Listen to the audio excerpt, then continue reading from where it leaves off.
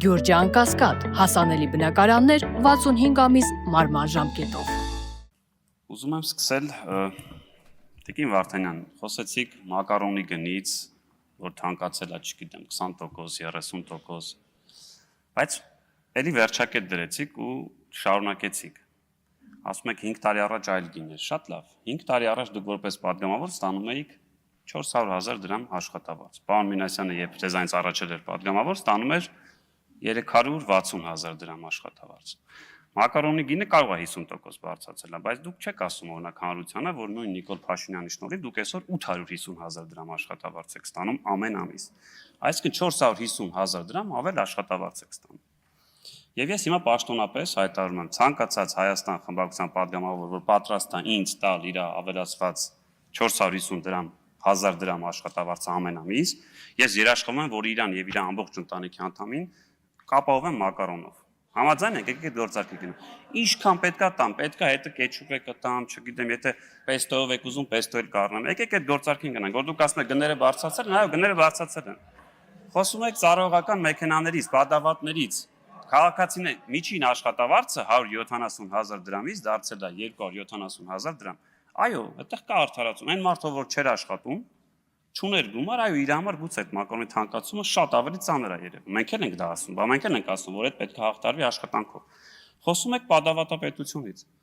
Այս տարվա հունվարի 1-ից մենք որպես հանձնաժողով այլևս մեքենա չունենք։ Ձեր ֆրակցիայի ղեկավարը իմ կողմից հարգված պարոն Սեյրանովյան, որ պահին հրաժարվեք այդ падավատից, ես երաշխավորում եմ տարեկան տրանսպորտի փաթեթ ձեզ կգնեմ։ Հրաժարվեք հենց վաղ։ Մենք այլևս չունենք, դուք ունեք, եւ կամ ձեր ֆրակցիայի падգամավորին ասեք, որ այդ падավատապետությունից որ խոսում է, թող ձեզ նայի, որտեղ մենք այլևս չունենք, բայց դուք ունեք։ Որ պահին գաք ասեք, ես հրաժարվում եմ այս պետական մեքենայից, երաշխավորում եմ 90,000 դրամանոց, կամ կարծեմ դուք նաև նախկին զինվորական եք, ունեք հաշմանդամության կարգ, նաև մեր բարեփոխումներով մի քիչ զեղչով կառնենք։ Եկեք այստեղ կանգնեք, ասեք, ես հրաժարվում եմ այս падավատից, մենք ձեզ կապահովենք։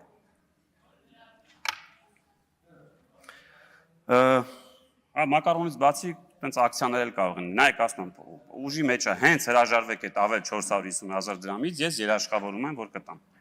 Ու երեք այս թեմայով մի ընկեր կար,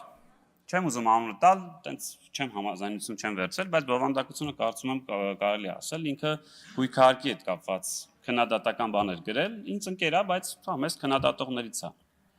Ու տենց իր այդ խոսակցության մեջ մտա, պարզվեց տունը 13,000 դրամ էր գույքահարկը 2021 թվականին, հիմա պետք է վճարի 43,000 դրամ։ Հարցնում եմ, ասում եմ, տունը ինչքան արժի, ասում եմ, դե մոտ $250,000։ Ասում եմ, նայ, այն ժամանակ, որ 11,000 դու էիր վճարում, մոտավորապես 11-12,000 է վճարում էր ոչ թե $250,000 արժողությամբ տուն ունեցող, այլ $2.5 միլիոն արժողությամբ տուն ունեցող։ Ասում եմ, հիմա քո իդեպ, այնտեղ որտեղ ինքն է ապրում, գուցե շատ քիչ դեպքերից է, բայց լավագույն այգիներից է, որ քաղաքապետարանը ֆանտաստիկ է ուղղակի սարքել։ Ասում եմ, հիմա դու 10,000-ի տեղը 40,000 ես վճարում, այն մեկը, որ ուներ $2.5 միլիոն արժողությամբ տուն, որը հիմա ասենց գոռում է, ինքը 13,000-ի փոխարեն վճարում է 450,000 դրամ։ Եվ ստացվում է, որ դու ավելացնելով 30,000 իր մասնաբաժինը ավելացրել ես 400,000 եւ ավել, ինչի արդյունքում դու ունես հիմա այս այգին։ Լավա թե վատ։ Եկանք այն արդյունքում ասում հա, ճիշտ ես ասում։ Ինքը հիմնականում վիճարկում էր այն կոնտեքստը, որ երեք վարչապետն ասել էր, որ հիմնական բեռը ընկնում է այդ հարուստների կամ այդ շքեղության վրա, ասում էր, բայց իմն էլ է 4 անգամ, ասում հա, կոնը 4 անգամ է բարձրացել, այն մստերինը 400 անգամ է բարձրացել։ Հա։ Չէ, դե շուկա 100-250,000-ը մոտավորապես 70-80 միլիոն էլի, այսինքն տենց դե Իրանը 4 անգամ է բարձրացել, պարոն վարչապետ, 11-ից դարել է 40,000, բայց այն ավելի թանկերը, որոնք մեծ բաժին ունեն եւ ձեր նշված թվերով, այդքան է, այսինքն եկանք այն համաձայնության, որ այո, գույքահարկը ինքը տեսնում է դրա արդյունքները։ Հիմա նաեւ խոսում են, ասում են, գիտեք, ասում են ինքնության, այս երկիրի երշիկի եւ ինքնության բանի մասին է։ Տիկին Վարդանյան, օրինակ, երբ որ այդ ազգային ակադեմիական թատրոնի մոտով անցնում եք եւ տեսնում եք, որ ներքնահարկը գիշերային ակում ստրիպտիզ է տվել, վաճառել, այդ էր, այսինքն հա, երշիկի մասին չէր, բայց ստրիպտիզի մասին էր պետությունը։ Եվ հետո գալ էստեղ ասել ազգային բառը հանում են ակադեմիական թատրոնից, ազգային բառը չենք հանում, ստրիպտիզն ենք հանում օպերայից։ 25 տարի խնդում ենք, բայց լացելու բանը 25 տարի օպերայի թատրոնի դերասանները զուգարան չեն ունեցել, Այս վերջերս եմ մտել, տեսել առանձնացված զուգարան է կարծում, հասկանում եք դա։ Այսինքն ում էր պետք է անվանումը, որ ասում ենք ազգային, բայց այդ մարդիկ զուգարան չունեին։ Կամ ազգային պատկերասրահի պատերի տակ, որ զուգարան էր դարձել, այդ ազգային հատկություններ, գնալ միզել ներողություն արտահայտության ազգային պատկերասրահի պատերի տակ, տեսել եք ինչ էր կատարում։ Կամ ասում եք պարակտում, Տիկին Գալստյան, իմ կարծիքով մոլորության մեջ եք, նաև դուք, որտեղ այնտեղ որտեղ քաղաքական պարակտում չկա, այդ վատ բանի մասին է խոսում։ Ես եւ դուք միասին Միացյալ Նահանգներում ենք, Տիկին Գալստյանը չգիտեմ, պատմեմ սա թե չէ։ Այս ամերիկացի կոնգրեսականներին ասում է, դե մեր մոտ սևերի ու սպիտակների է բաժանած, այս մարդն ասում է, հա, մեր մոտ է կարմիրների եւ կապուտների է բաժանած։ Ասում է, չէ, մեր մոտ սրանց ասում են, այս մեր մոտ այն մարդն ասում է, հա, մեր մոտ էլ հանրապետական են, փիղ են ասում, դեմոկրատների էշ։ Ու ասենց զարմացած կանգնել ասում հա հաստատ տենց այո տենց է Տիկին Գալստյան որտեղ այդ քաղաքական պարակվածությունը դրա մասին է Տիկին Գալստյան տեղից ինչի եք արձագանքում մի հատ էլ Տիկին Գալստյան կգրանցվեք ֆրակցիայի անունից գրանցվեք եկեք խոսենք այսօր ձեր անունը իմաստալից տալա Մեկ էլ չեմ հասկանում էլի գալիս են այստեղ գալիս է կանգնում է մի մարդ խոսում է ինչ Գալստյան մի ընդհատեք տեղից Զուտ ազնիվ չի էլի այսինքն մի գործարարից ասֆալտը ուզես որ գա քո տան դիմացը անի հետո հանգստիդ փողը տա հետո հենց այդ գործարարը որ հասկանա որ արա մի րոպե ոնց որ շրջանառության թազը հարկա վրես դրված հենց հրաժարվի քեզ այդ փողը տալուց մեկը գա ստեղ կանց տեսել եք իր ապորինի շինությունը չէ չենք տեսել որտեվ երբ որ պիտի տենայինք դու պետք է խոսայր դրա մասին չէիր խոսում ստանում էիր այդ եկամուտները Տիկին Էլինար Վարդանյանը մեջաբերում Նախորդ օրվա այն միսորվա վերցել եմ իմ եւ իր հարցազրույցները։ Կամ լավ, մի արտահայտություն եմ մեջբերում եմ անում։ Ներքին եւ արտաքին քաղաքականության բոլոր ոլորտները ձախողված եւ տապալված են։ Այսպիսով կրկին ունեցանք ապօրինի ճանապարհով ձևված իշխանություն, որի արդյունքում անհուսությունը խորանալու է, անարդարությունն է խորանալու ավելի է մեծանալու արտագաղթը եւ լրջորեն վտանգված է մեր երկրի անվտանգությունը։ Գիտեք այս հայտարարությունը ով արել ու երբ։ Իմ կողմից էլի արված պարոն Սերյան Օհանյան 2017 թվականին։ Հիմա գալիս կանգնում ասում եք այն ժամանակ ամեն ինչ լավ է, ժողովուրդ, դուք եք ասել, որ այն ժամանակ իդեպ այս բոլոր խոսքերի հետ համաձայն եմ ամբողջությամբ, պարոն։ Ինչ ասել եք համաձայն եմ։ Բայց դուք եք ասել բոլոր ոլորտները ձախողած եւ տապալված են, ներքին արտաքին անվտանգությունը կա, մեր երկիրն է վտանգված է։ Հիմա էլ այստեղից մի պարոն Քոչյանն եկել էր, Լևոն Քոչյանն ասում էր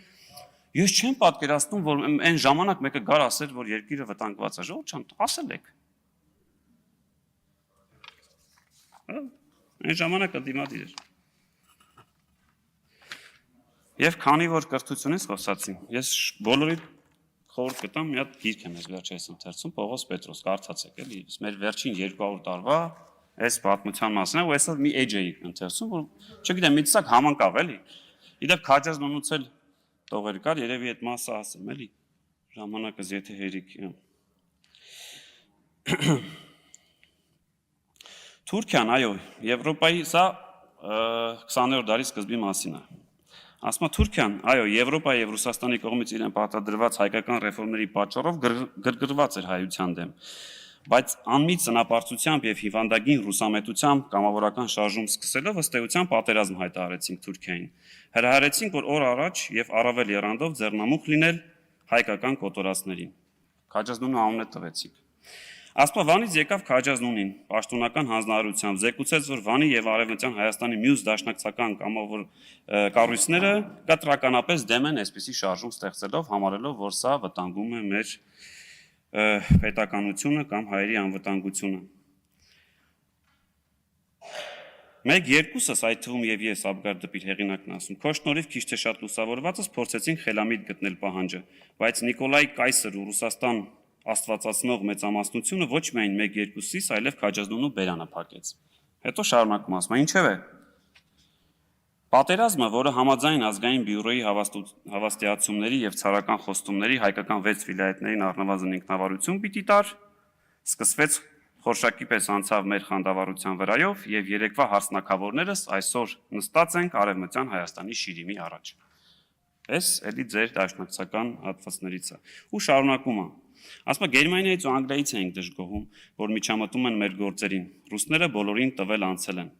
Վարդապետին ապշեցնում են հայ էմիսարները, որոնք Ռուսաստանից, այս էջն է ես որ կարդում էլի, որոնք Ռուսաստանից գործուղվել են դեռևս ոտքի չկանգնած երկրի հիմքերը քանդելու 10 վայրկյան կամ 20։ Եվ քանդում են։ Քանզի դարերով օտարի հպատակության ընտելացած հայը տեր է ուզում։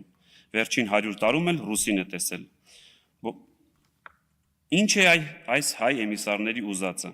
Ղարաբաղում տիրացել էիք իշխանության։ Ինչ արեցիք։ Այնտեղի հայերի համար բացի այն, որ տասնյակ հազարների տանջալից մահվան պատճառ դարձաք։ Գալիս են ժողովներ անում, ինչ որ կազմակերպություններ ստեղծում, իշխանության բացահայտ կոչեր անում։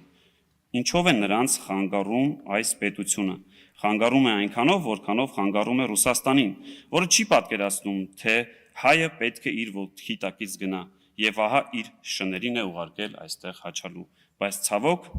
Հայաստանը դեմոկրատական հանրապետություն է եւ չի կարող արգելել այս կուսակցությունների գործունեությունը, ասել է թե հակապետական քարոզը։ Շնորհակալություն։